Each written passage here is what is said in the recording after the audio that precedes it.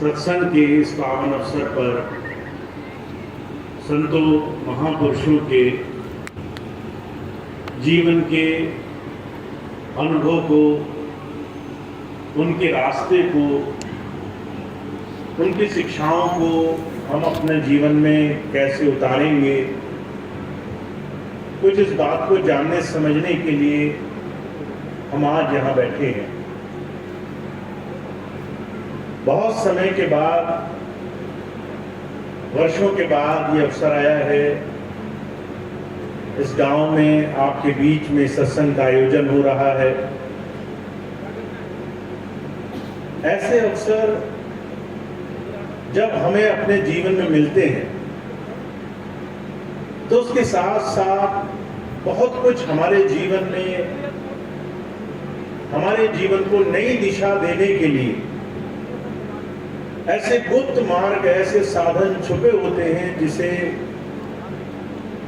जीवन में बिना किसी अनुभवी महापुरुष के जानना बड़ा कठिन है।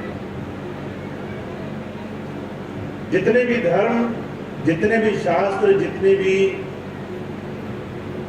ऐसे महापुरुषों की वाणियां हुई हैं, उन्होंने ये बात हमारे और आपके सामने समझाने की कोशिश करी है। हमारे जीवन में, हमारे जीवन का सबसे बड़ा लक्ष्य, जीवन का सबसे बड़ा सुख सिर्फ संसार को भोगने, सिर्फ संसार को कमाने में नहीं है।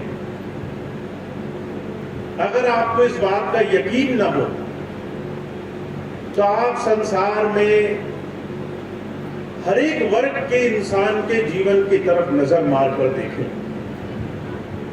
यहां बहुत से धनी लोग भी हैं, सेठ साहूकार भी हैं, राजा महाराजा भी हैं, अकूत संपत्ति के मालिक भी हैं।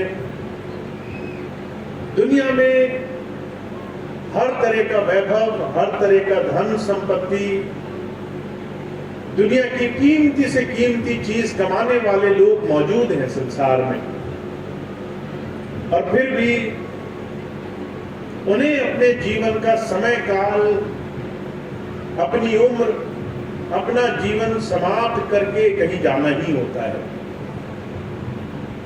स्वामी जी महाराज फरमाया करते थे, सिकंदर बहुत बड़ा बादशाह हुआ, विश्व विजय करने का सपना था उसका कि मैं सारे संसार का राजा बनूं, एकमात्र बादशाह बनूं, उसके आगे सारी दुनिया सर झुकाए। और इस एक ख्वाहिश को, एक इच्छा को पूरा करने के लिए उसने बहुत बरस संसार में बड़ा जन माल का नुकसान पहुंचाया, हर जगह, हर देश पर आक्रमण किया, लोगों को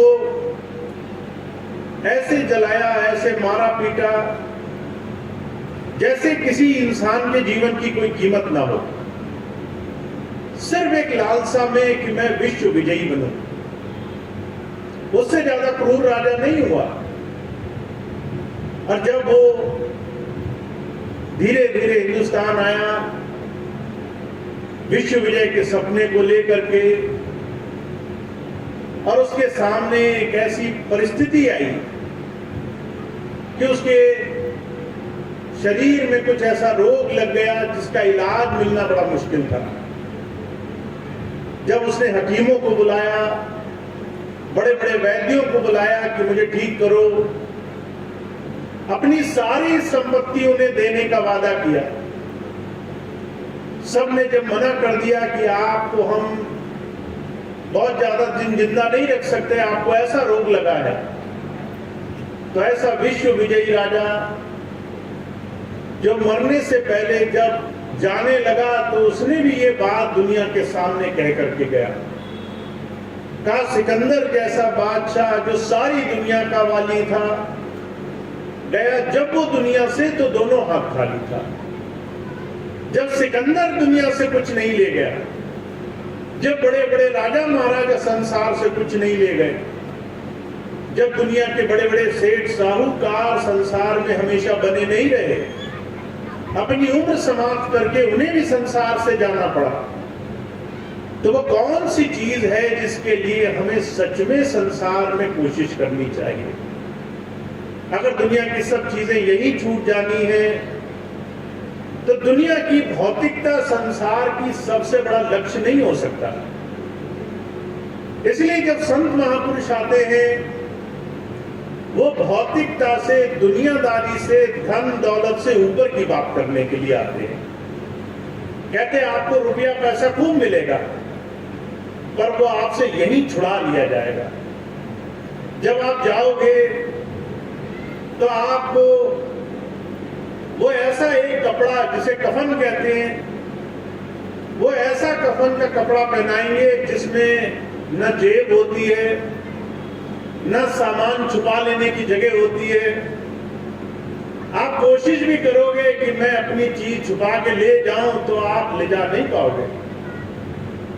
तो जो कहा करते थे, संतों महापुरुषों का ज्ञान हमें संसार में इस मोह माया की नींद से जगाने के लिए होता है कि हमें जागना है। दुनिया हमारे साथ नहीं जानी है, पैसा हमारे साथ नहीं जाना है।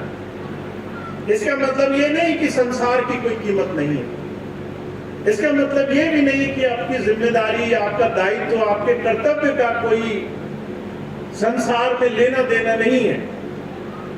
आप संसार को बरतो पर इसमें फंसो मत, और इस संसार को सिर्फ उतना कमाओ जिसमें आप खुशी खुशी रह सको।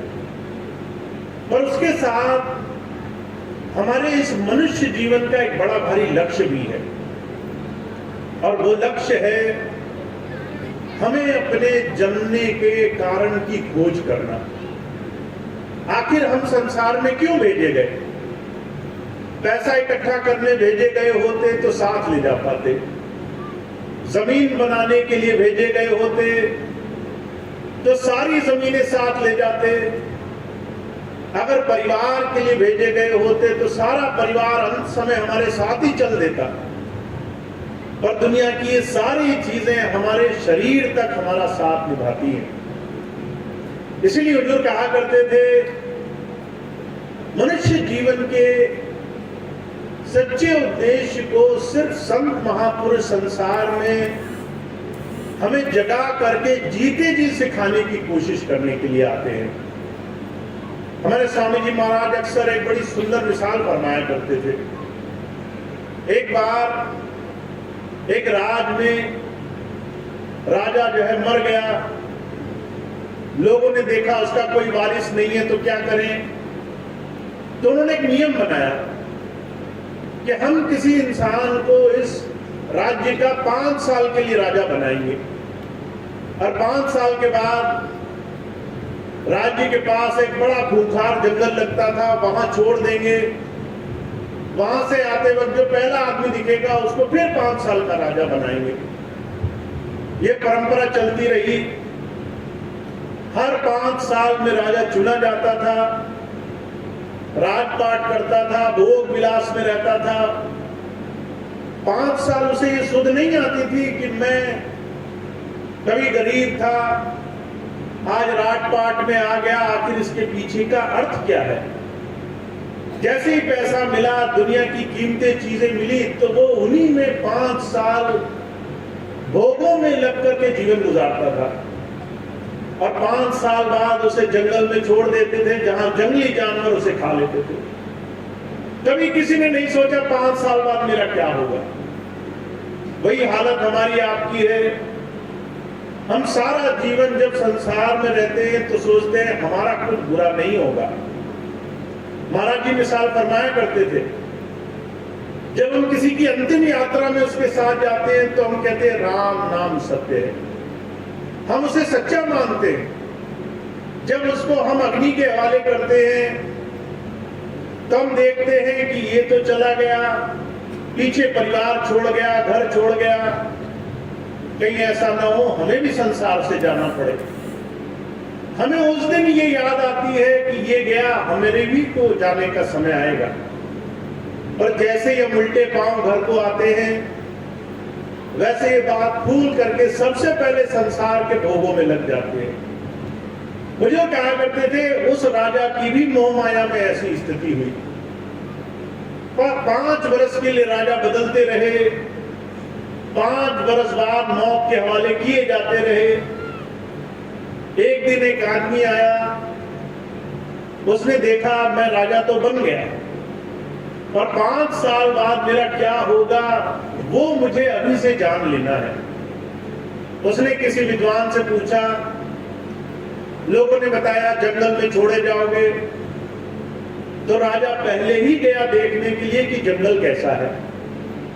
जंगल देखा उसने, जंगल के सारे